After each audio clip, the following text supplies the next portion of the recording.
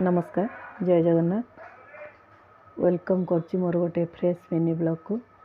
आज कार्तिक पूर्णिमा रे आपण मानक मोर ढेर सारा शुभकामना और शुभेच्छा। महाप्रभु जगन्नाथ आपण परिवार को घंट घोड़े रखि था।